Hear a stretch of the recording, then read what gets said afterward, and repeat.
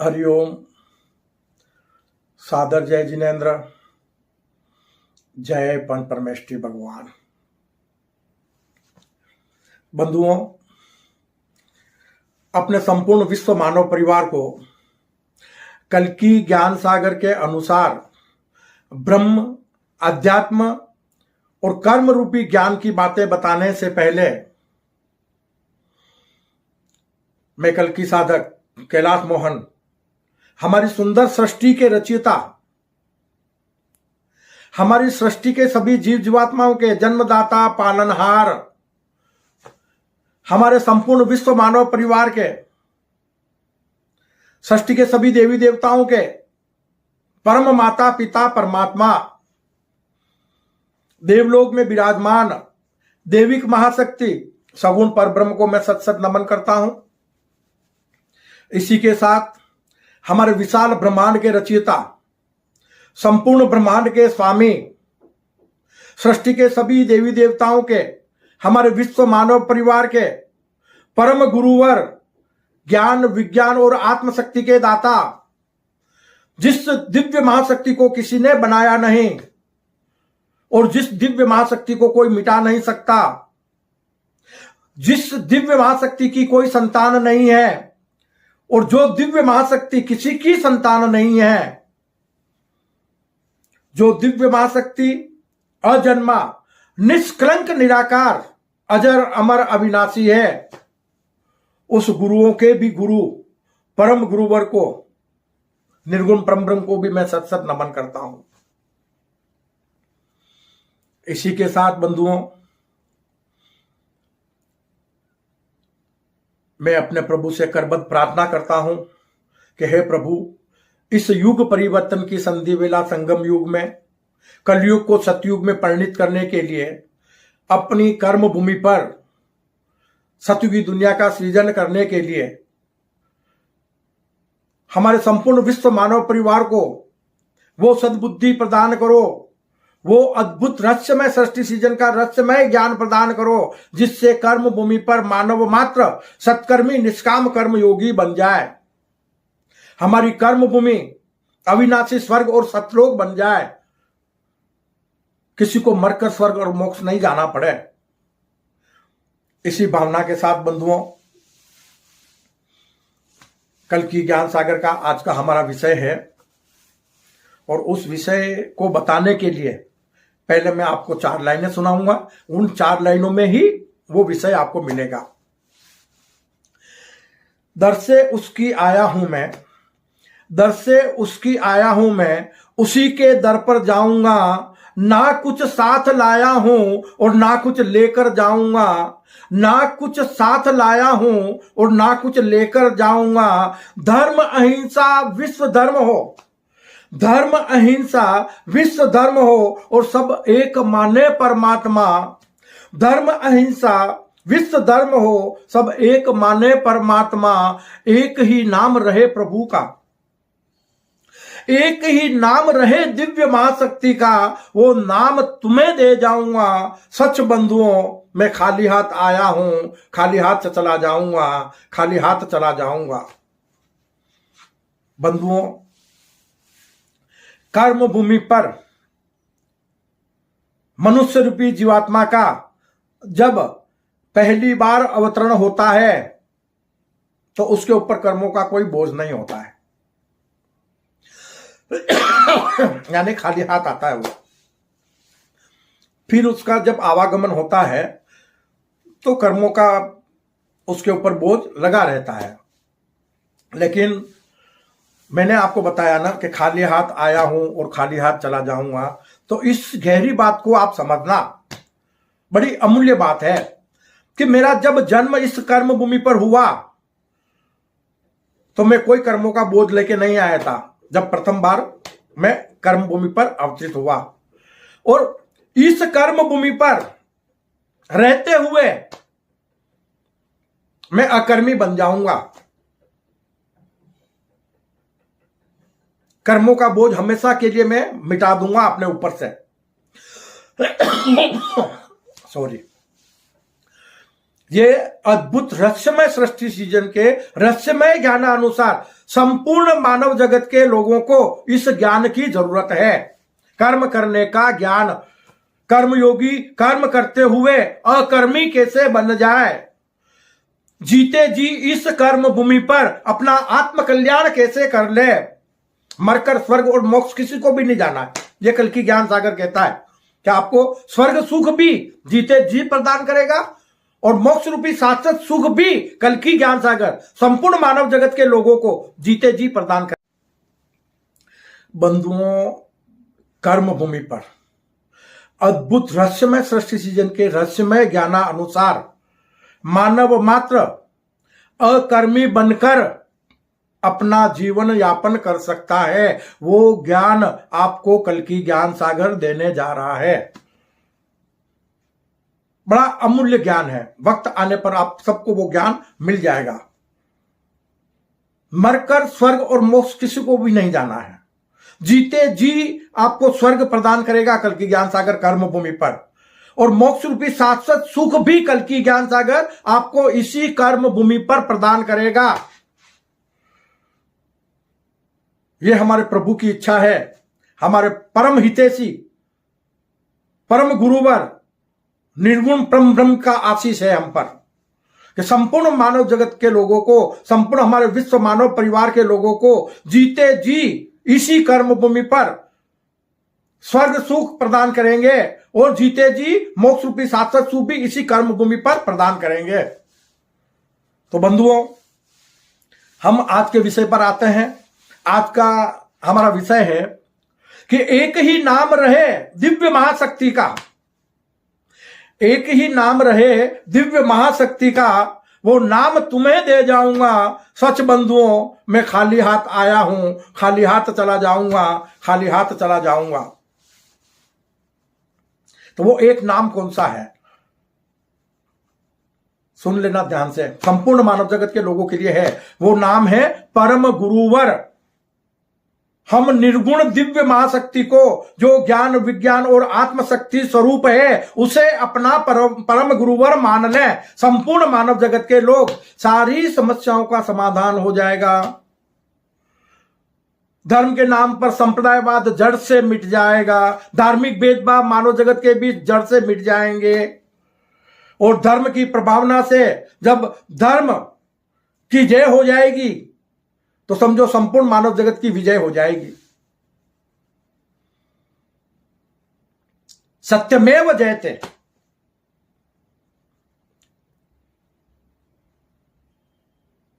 एक को ब्रह्म द्वितीयो नास्ति, एक ब्रह्म ही परम सत्य है। उसे विदित किए बिना इस कर्म भूमि पर मृत्यु लोक से मानव के लिए मुक्ति का और कोई उपाय नहीं है। अगर हम सब संपूर्ण मानव जगत के लोग जीते जी उस दिव्य महाशक्ति को कल की ज्ञान सागर के अनुसार विदित कर ले, तो जीते जी संपूर्ण मानव जगत के लोगों का आत्म कल्याण इसी कर्म भूमि पर हो जाएगा। यह धरती हमारी अविनाशी स्वर्ग बन जाएगी और मोक्ष रूपी शाश्वत सुख हमें प्रदान करने के लिए सतलोक बन जाएगी। बंधुओं, गुरुओं के भी गुरु परम गुरुवर हमारी कर्म भूमि पर जितने भी अवतार होते हैं, तीर्थंकर होते हैं, पैगंबर होते हैं, क्या उनका शरीर हमें ज्ञान देता है? जो हम उनको अलग अलग शरीर के रूप में मान रहे हैं, यह कहता है कल की ज्ञान सागर। तो आज तक मानव जगत के लोगों ने इस बात को क्यों नहीं जाना कि ज्ञान देने वाला दातार सिर्फ एक है, उसका अवतरण मानव तन के भीतर होता है। दिव्य महाशक्ति परम गुरुवर अजन्मा है, उसका जन्म मरण नहीं होता, उसका मानव तन के भीतर अवतरण होता है। वो परकाय प्रवेश करते हैं कर्म भूमि पर अवतरित होने के लिए और संपूर्ण मानव जगत के लोगों को कर्म करने का ज्ञान देते हैं। वो निराकार है, निराकार रहते हैं और निराकार रहकर ही अपना कार्य करते हैं। वो कभी साकार प्रकट होते भी नहीं, ना सगुण स्वरूप में साकार प्रकट होते हैं और ना निर्गुण स्वरूप में होते हैं। तो गुरुओं का गुरु भी कौन हुआ? निर्गुण परम ब्रह्म, ज्ञान का दातार एक ही है, सिर्फ एक ही है। तो उस एक को जानो, एक को मानो और अपना अमूल्य मानव जीवन सार्थक बनाओ। अलग अलग भौतिक शरीर के रूप में उसको मत देखो। जो राम है वही कृष्ण है, जो कृष्ण है वही राम है। क्यों? कि 24 अवतार तो हरि विष्णु के हैं। आध्यात्मिक ज्ञानानुसार तो ये सब लोग जानते हैं, हम सनातन धर्म के अनुसार कि हरि विष्णु के 24 अवतार होते हैं। तो फिर हम 24 अवतारों को क्यों पूजें? सनातन धर्म में 24 अवतार हरि विष्णु के बताए गए हैं, तो पूजने हरि विष्णु हुए। हम मायावी रूप को क्यों पूजें? अवतरित तो हरि विष्णु हो रहे हैं ना भीतर, जीवात्मा के भीतर। तो फिर यहां हमें एक और चिंतन करना पड़ेगा एक बार कि हरि विष्णु कौन है। तो हरि विष्णु सगुण परब्रह्म का मायावी रूप है। क्यों? कि उन्होंने सगुण परब्रह्म ने सृष्टि का विस्तार करने के लिए ब्रह्मा, महेश और विष्णु को स्थापित किया। माता शक्ति द्वारा सरस्वती, मां महालक्ष्मी और पार्वती को स्थापित किया गया, और उसके बाद अनेक प्रकार के देवी देवताओं की उत्पत्ति हुई। तो फिर परम सत्य अवतार किसका होता है? अवतार होता है सगुण परब्रह्म का। तो ज्ञान के दातार भी एक ही है, जो ज्ञान स्वरूप अवतरित होते हैं, और अवतार भी एक ही है। कल की ज्ञान सागर के आध्यात्मिक ज्ञान अनुसार अवतार एक ही है, एक ही अवतार होता है, और वो है सगुण परब्रह्म। क्यों? कि सृष्टि के सभी जीव जीवात्मा सगुण परब्रह्म का ही मायावी रूप है। तो क्यों ना फिर हम एक सगुण परब्रह्म को माने? वही हमारे परम माता पिता परमात्मा है, वही सखा बंधु हैं। तो आध्यात्मिक ज्ञानानुसार कहा गया है ना शास्त्रों में कि तमेव माता च पिता तमेव, तमेव सखा च बंधु तमेव, तमेव विद्या च दृढ़म तमेव, और तमेव मम सर्वदेव देव। तो फिर एक को तमेव कहते हो तो उसको तमेव को मानो ना। कल की ज्ञान सागर आपको अनेक प्रकार के देवी देवताओं की पूजा से मुक्त कराने वाला है।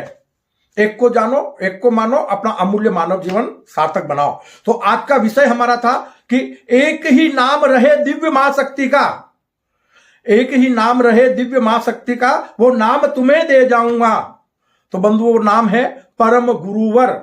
हम संपूर्ण मानव जगत के लोग उस दिव्य महाशक्ति को, जो ज्ञान विज्ञान और आत्मशक्ति स्वरूप है, जो ज्ञान विज्ञान और आत्मशक्ति का दाता है, हम उसे अपना परम गुरुवर माने।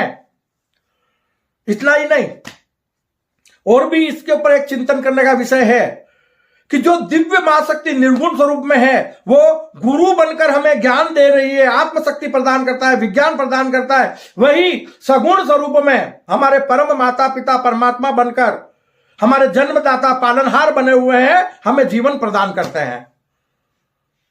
जो दिव्य महाशक्ति है वो निर्गुण और सगुण दोनों स्वरूप में हम मानव जगत के लोगों की सेवा ही तो कर रहे हैं ना, सेवक बन के। और उसके बावजूद भी उनमें एक रति भर भी अहंकार नहीं है। कभी वो अपना स्वरूप प्रकट करके, और हमें कभी नहीं बोलते तुम हमारी पूजा करो या हम स्वामी हैं, उन्होंने कभी नहीं बोला। हम मानते हैं मानव जगत के लोग कि वो संपूर्ण ब्रह्मांड के स्वामी हैं, लेकिन उन्होंने नहीं बोला कि मैं स्वामी हूं। क्यों? क्योंकि सृष्टि में यहां मैं आता ही नहीं है ना।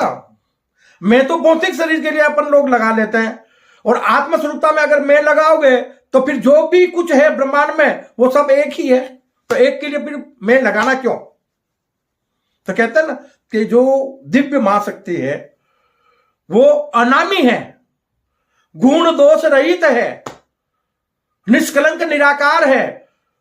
तो हम उस दिव्य महाशक्ति को परम गुरुवर के रूप में मान लें संपूर्ण मानव जगत के लोग, तो हमारी कर्म भूमि अविनाशी स्वर्ग बन जाएगी, सतलोक बन जाएगी, और किसी को मरकर स्वर्ग और मोक्ष नहीं जाना पड़ेगा। अद्भुत रहस्यमय सृष्टि सीजन के रहस्यमय ज्ञानानुसार आपको हमने पहले भी बताया है कि ईश्वर एक है, उसी के दो स्वरूप और दो चरित्र हैं। जो निर्गुण स्वरूप में परम सत्य है, वही सगुण स्वरूप में सत असत है, और सत असत सगुण स्वरूप से सुंदर सृष्टि का सृजन हुआ है, और सगुण स्वरूप से पुनः निर्गुण स्वरूप को प्राप्त करने के लिए कर्म भूमि का सृजन हुआ है। तो सृष्टि में अनेक प्रकार के जीव जीवात्मा है, 84 लाख योनियों के जीव हैं। और हम हर बार आपको बता रहे हैं, हर वीडियो में आपको बता रहे हैं कि 83,99,999 योनि के जीव जहां जो मिला खा पी लिया और धरती माता की गोद में सहन कर लेते हैं। उनके जीवन का कोई मकसद नहीं है, तो फिर वो तो कोई सृष्टि का आनंद नहीं ले रहे हैं ना। आनंद लेने के लिए तो परमात्मा ने मानव को अपना स्वरूप प्रदान किया है।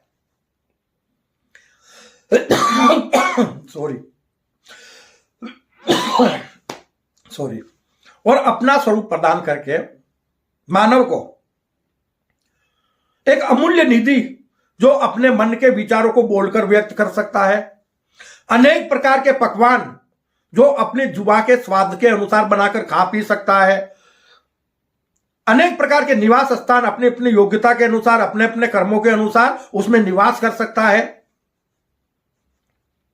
क्या सुविधाएं नहीं दी है हमारे लिए। कई प्रकार के पकवान है, कई तरह के पकवान है, कई तरह की हम सब्जियां बनाने के खाते हैं, कितने तरह के हम अनाज खाते हैं। क्या ऐसी सुविधा किसी अन्य जीव को है?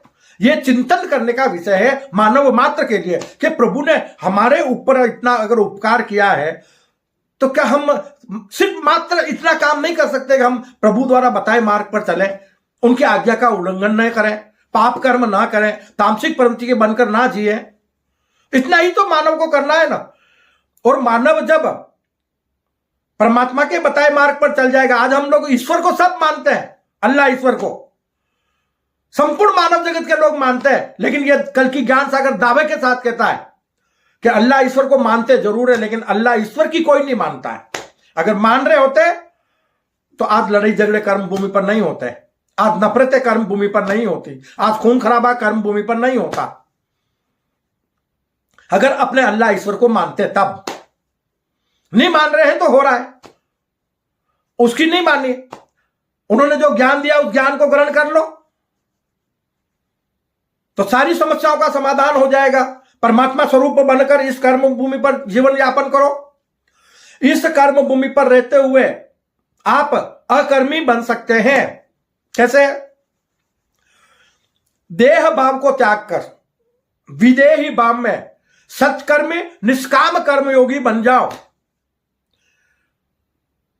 और अपने कर्म हमेशा बिस्तर में सोने से पहले प्रभु के चरणों में अर्पण कर दो। लेकिन वो कौन से कर्म अर्पण होंगे? पाप कर्म नहीं, तामसिक कर्म प्रभु स्वीकार नहीं करेगा। आपके सत्कर्म और निष्काम कर्म को वो स्वीकार करते हैं प्रभु। क्यों? कि ये दोनों कर्म प्रभु चरणों में अर्पण करने से आप अकर्मी हो जाओगे। और पाप कर्म करोगे, तामसिक कर्म करोगे तो फिर आपको यहां भरने पड़ेंगे, भुगतने पड़ेंगे, और पाप कर्मों की सजा भी आपको भुगतनी पड़ेगी। तो कल की ज्ञान सागर आपको छोटी छोटी बातों से इस प्रकार का ज्ञान प्रदान कर रहा है कि जिससे आप मानव से महामानव बन जाओ। कर्म भूमि पर अपना अमूल्य मानव जीवन सार्थक बना लो। एक ईश्वर को जानो, एक ईश्वर को मानो, तो आपका अमूल्य मानव जीवन सार्थक हो जाएगा। हमें उस दिव्य महाशक्ति को मानने की जरूरत है, जानने की जरूरत है। पूजा पाठ करने की जरूरत नहीं है, उनके द्वारा बताए गए मार्ग पर चलने की जरूरत है। कर्म भूमि पर अनेक प्रकार के अवतार हुए हैं। हम आपको बार बार बता रहे हैं कि सभी अवतारों के भीतर, वो कर्म भूमि पर उनका जन्म मरण नहीं होता, सभी अवतारों के भीतर जो अवतरित होता है इस मानव तन के भीतर, ज्ञान स्वरूप, ज्ञान विज्ञान और आत्मशक्ति स्वरूप अवतरित होता है, वो है निर्गुण परम ब्रह्म। और कर्म करने के लिए जो अवतरित होता है, कौन सा कर्म? सत्कर्म और निष्काम कर्म करने के लिए जो अवतरित होता है वो है निर्गुण परम ब्रह्म, जिन्हें हम अवतार कहते हैं। और निर्गुण परम ब्रह्म का भी उसी मानव तन के भीतर प्राकट्य होता है जो सत्कर्मी निष्काम कर्म योगी बन जाता है। अगर वो एक रति पर भी पाप कर रहा होगा, तामसिक कर्म कर रहा होगा, उसके मन के भाव खोटे होंगे, तो ऐसे मनुष्य के भीतर उस देविक मां शक्ति का भी प्राकट्य नहीं होता। तो अवतार स्वरूप जब देवलोक से जीवात्मा के भीतर पर ब्रह्म का प्राकट्य हो जाता है तो परम ब्रह्म ज्ञान स्वरूप उस जीवात्मा की आत्मा में प्रकट हो जाते हैं। और उसके बाद कर्म भूमि पर धर्म की स्थापना होती है और प्रभावना के कार्य होते हैं। तो कर्ता तो दोनों भीतर बैठे हुए हैं, तो फिर ये मानव तन तो कर्ता हुआ ही नहीं। ये तो एक रथ के समान है। किसके लिए? मनुष्य रूपी जीवात्मा के लिए, जिस पर वो सवार होकर इस कर्म भूमि पर भ्रमण करता है इन इंद्रियों के माध्यम से और कर्म करता है। तो बाबा इन इंद्रियों की लगाम अपने आत्मा के हाथों में दे दो, आपका अमूल्य मानव जीवन सार्थक हो जाएगा। तो बंधुओं, कल की ज्ञान सागर के अनुसार, आज के विषय के अनुसार एक ही दिव्य मां शक्ति को जानो, मानो और अपना अमूल्य मानव जीवन सार्थक बनाओ। और यह ईश्वरीय चैनल आपका अपना कल की ज्ञान सागर, इसे ज्यादा से ज्यादा सब्सक्राइब करो, लाइक करो, शेयर करो, ताकि अपने संपूर्ण विश्व मानव परिवार तक यह अमूल्य ज्ञान परमात्मा द्वारा जो दिया जा रहा है वो जन जन तक पहुंचे और हम यथाशीघ्र अपनी कर्म भूमि पर सतयुगी दुनिया का सृजन करें और मानव मात्र का अमूल्य मानव जीवन सार्थक हो जाए। इसी भावना के साथ बंधुओं, अपने संपूर्ण विश्व मानव परिवार के लोगों का कल्याण चाहते हुए मैं अपनी वाणी को विश्राम देता हूं। जय अहिंसा, ओम विश्व शांति, सत्यमेव जयते, सत्यमेव जयते, सत्यमेव जयते।